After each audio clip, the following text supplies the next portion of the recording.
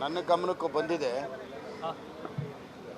ನಮ್ಮ ಕ್ಷೇತ್ರದಲ್ಲಿ ಒಂದು ಮಹಿಳಾ ಕಾಂಗ್ರೆಸ್ ಅಧ್ಯಕ್ಷೆ ರಾತ್ರಿ ಆ ಹೆಣ್ಣು ಮಗಳ ಮೇಲೆ ಸುಮಾರು ಒಂದು 7-8 ಜನ ಸೇರಿಕೊಂಡು ಕಾಂಗ್ರೆಸ್ ಮುಖಂಡರುಗಳೇ ಮಹಿಳಾ ಅಧ್ಯಕ್ಷೆ ಮೇಲೆ ಹಲ್ಲೆ ಮಾಡಿರೋಂಥದ್ದು, ಮತ್ತು ಆ ಹೆಣ್ಣು ಮಗಳು ಕೆಲವು ಆಡಿಯೋ ಕ್ಲಿಪ್ಪಿಂಗ್ಗಳನ್ನು ಸಹ ಎಲ್ಲ ಕಡೆ ಬಿಟ್ಟಿದ್ದಾರೆ.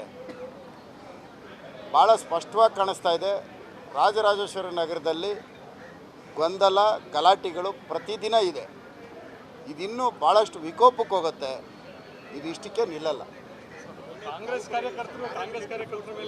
ನಿನ್ನೆನೂ ಸಹ ನಾವು ಚುನಾವಣಾಧಿಕಾರಿಗಳನ್ನ ಭೇಟಿ ಮಾಡಿ ಆದಷ್ಟು ಬೇಗ ಬೆಂಗಳೂರು ಗ್ರಾಮಾಂತರ ಲೋಕಸಭಾ ಕ್ಷೇತ್ರದ ವ್ಯಾಪ್ತಿಯಲ್ಲಿ ಬರ್ತಕ್ಕಂಥ ಎಲ್ಲ ವಿಧಾನಸಭಾ ಕ್ಷೇತ್ರಗಳಲ್ಲೂ ಪ್ಯಾರಾಮಿಲಿಟ್ರಿ ಕೊಡಲೇಬೇಕು. ಕೊಟ್ಟಿಲ್ಲ ಅಂದರೆ ಈಗಾಗಲೇ ಕೆಲವು ಭೂಗತ ಪಾತಕಿಗಳು ಏನು ಜೈಲಲ್ಲಿದ್ದರು ಅವ್ರನ್ನೆಲ್ಲ ಜಾಮೀನುಗಳ ಮೇಲೆ ಬಿಡುಗಡೆ ಮಾಡಿ ಕರ್ಕೊಂಬರ್ತಾ ಇದ್ದಾರೆ. ಅವ್ರ ಮುಖಾಂತರ ನಮ್ಮ ಪಕ್ಷದ ಮುಖಂಡರುಗಳಿಗೆ ಬೆದರಿಕೆ ಒಡ್ಡೋದಕ್ಕೆ ಈಗ ಅದು ಆಗ್ತಾ ಇದೆ. ಅದಕ್ಕೆ ಇವೆಲ್ಲ ನೋಡಿಕೊಂಡು ಆದಷ್ಟು ಬೇಗ ಪ್ಯಾರಾಮಿಲಿಟ್ರಿ ಕೊಡಬೇಕು ಅಂತ ಕೇಳಿದ್ದೀವಿ. ಅದಕ್ಕೆ ಚುನಾವಣಾಧಿಕಾರಿಗಳು ಭಾಳ ಸ್ಪಷ್ಟವಾಗಿ ಹೇಳಿದ್ರು, ನಿಮ್ಮ ರಾಜ್ಯಾಧ್ಯಕ್ಷರು ಮತ್ತು JDS ರಾಜ್ಯಾಧ್ಯಕ್ಷರ ಕಡೆಯಿಂದ ನಮಗೊಂದು ಪತ್ರ ಕೊಡಿ, ನಾನು ಖಂಡಿತವಾಗ್ಲೂ ಪ್ಯಾರಾಮಿಲಿಟ್ರಿ ಕೊಡ್ತೀವಿ ಅಂತ ಹೇಳಿದ್ದಾರೆ. ಈಗ ನಮ್ಮ ರಾಜ್ಯಾಧ್ಯಕ್ಷರು ವಿಜೇಂದ್ರ ಅವ್ರ ಗಮನಕ್ಕೆ ತಂದಾಗ ಈ ಕೂಡಲೇ ನಾನು ಲೆಟರ್ ಬರೀತಾ ಇದ್ದೀನಿ ಅಂತ ಅವರು ಹೇಳಿದ್ದಾರೆ. ಹೌದು, ಈಗಾಗಲೇ ಜೈಲಿಂದ ಬಿಡುಗಡೆ ಮಾಡಿಸ್ತಾ ಇದ್ದಾರೆ.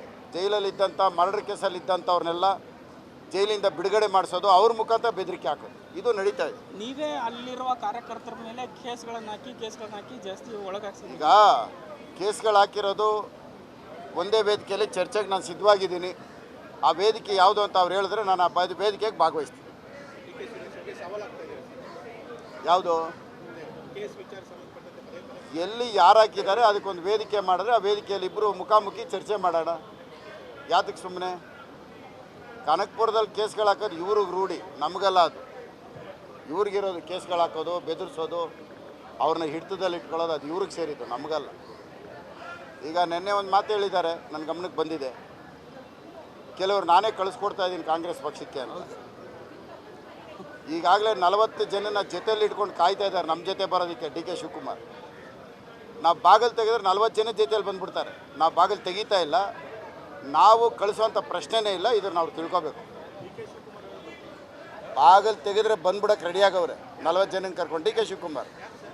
ಯಾಕೆ ಅಂದರೆ ಅಲ್ಲಿ ಒಳಗಡೆ 4 ಉಪಮುಖ್ಯಮಂತ್ರಿ ಕೇಳ್ತಾವ್ರೆ, ಅಲ್ಲಿರೋದ್ರ ಬದಲು ನಮ್ಮ ಜೊತೆ ಬೆಸ್ಟು ಅಂತ ಅವರೇ ತೀರ್ಮಾನ ಮಾಡ್ಕೊಂಡವ್ರು. ನಾವು ಬಾಗಿಲು ತೆಗಿತಾ ಇಲ್ವಲ್ಲ, ಸದ್ಯಕ್ಕೆ ಅಲ್ಲೇ ಇರಲಿ, ಎಲ್ರಿಗೂ ಒಳ್ಳೇದು.